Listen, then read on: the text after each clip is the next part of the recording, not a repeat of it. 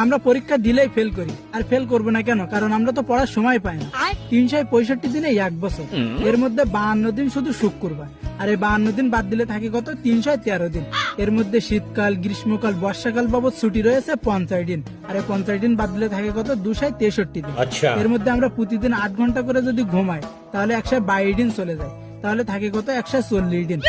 আমরা 1 ঘন্টা করে যদি খেলাধুলার পেছনে ব্যয় করি প্রতিদিন তাহলে চলে যায় 15 দিন, তাহলে থাকে কত? 126 দিন। এর মধ্যে আমরা 2 ঘন্টা করে প্রতিদিন খাওয়া দাওয়া গোসল করার পেছনে যদি ব্যয় করি তাহলে 30 দিন চলে যায়, তাহলে থাকে কত? 96 দিন। এখন আমরা যদি 1 ঘন্টা করে প্রতিদিন কথা বলার পেছনে ব্যয় করি তাহলে 15 দিন চলে যায়, তাহলে থাকে কত? 81 দিন। এর মধ্যে আমরা শুধু বছরে পরীক্ষা দেই 35 দিন, তাহলে থাকে কত? 35 দিন বাদ দিলে থাকে 46 দিন। আবার এর মধ্যে বছরে ঈদ আছে, বিভিন্ন উৎসব আছে, কনসার্ট আছে, ই বাবদ 40 দিন চলে যায়, তাহলে থাকে কত? মাত্র 6 দিন। এখন আমরা বছরে কমপক্ষে অসুস্থ থাকি 3 দিন, আর এই 3 দিন যদি বাদ দেয় তাহলে থাকে কত? মাত্র 3 দিন। এখন আমরা বছরে কমপক্ষে 2 দিন তো ঘুরতে যাব, আর 2 দিন ঘুরতে গেলে কত থাকে? মাত্র 1 দিন। এখন অনেকেই ভাবতে পারে যে আমাদের হাতে মাত্র 1 দিন পড়ার জন্য সময় থাকে, তাহলে জন্মদিন কোথায় যাবে?